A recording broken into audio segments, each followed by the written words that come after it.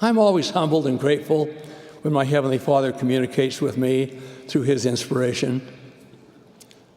I've learned to recognize it, to trust it, and to follow it. Time and time again, I've been the recipient of such inspiration.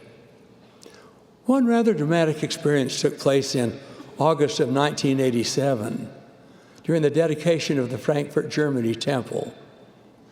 President Ezra Taft Benson had been with us for the first day or two of the dedication, but had returned home.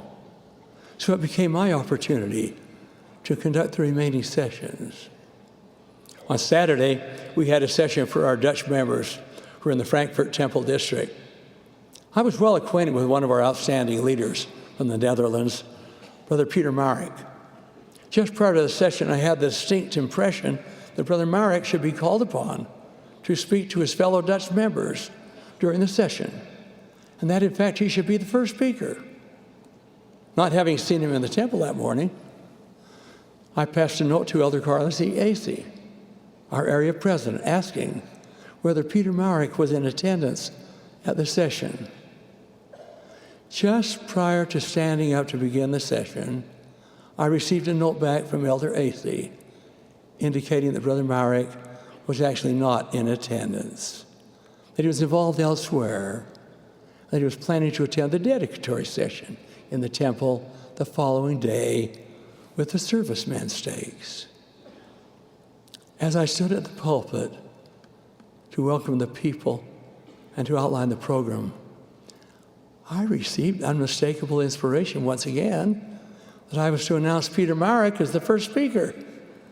This was counter to all my instincts, for I just heard from Elder Acey that Brother Mourik was definitely not in the temple. Trusting in the inspiration, however, I announced the choir presentation, the prayer, and then indicated that our first speaker would be Brother Peter Mourik.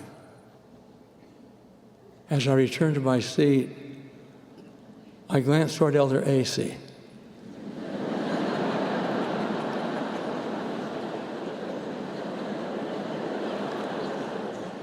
I saw on his face a look of alarm.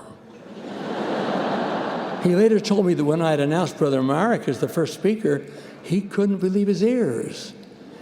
He said he knew that I'd received his note, that I had indeed read it. And he couldn't fathom why I would then announce Brother Mourik as the speaker, knowing he wasn't anywhere in the temple. During the time all of this was taking place, Peter Mourik was in a meeting at the area offices in Porthstrasse. As his meeting was going forward, he suddenly turned to Elder Thomas A. Hawks, who was then the regional representative, and asked, "How fast can you get me to the temple?" Elder Hawks, who was known to drive rather rapidly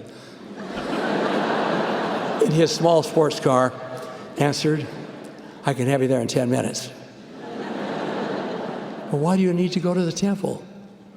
Brother Mourik admitted he did not know why he needed to go to the temple, but that he knew he had to get there. The two of them set out for the temple immediately. During the magnificent choir number, I glanced around thinking that at any moment I would see Peter Mourik. I did not. Pause. Remarkably, however, I felt no alarm. I had a sweet, undeniable assurance that all would be well. Brother Mourik entered the front door of the temple just as the opening prayer was concluding, still not knowing why he was there.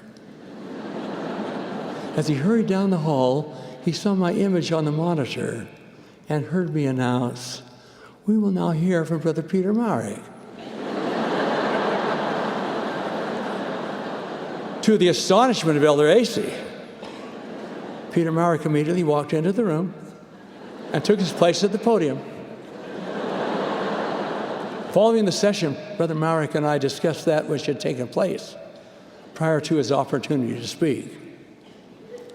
I've pondered the inspiration which came that day, not only to me, but also to Peter Mourik.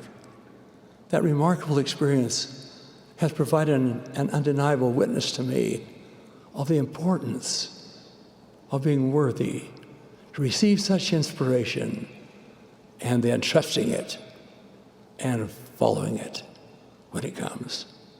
I know without question that the Lord intended for those who were present at that session of the Frankfurt Temple dedication to hear the powerful, touching testimony of his servant, Brother Peter Mourik. My beloved brothers and sisters, communication with our Father in heaven, including our prayers to him, his inspiration to us, is necessary in order for us to weather the storms and trials of life.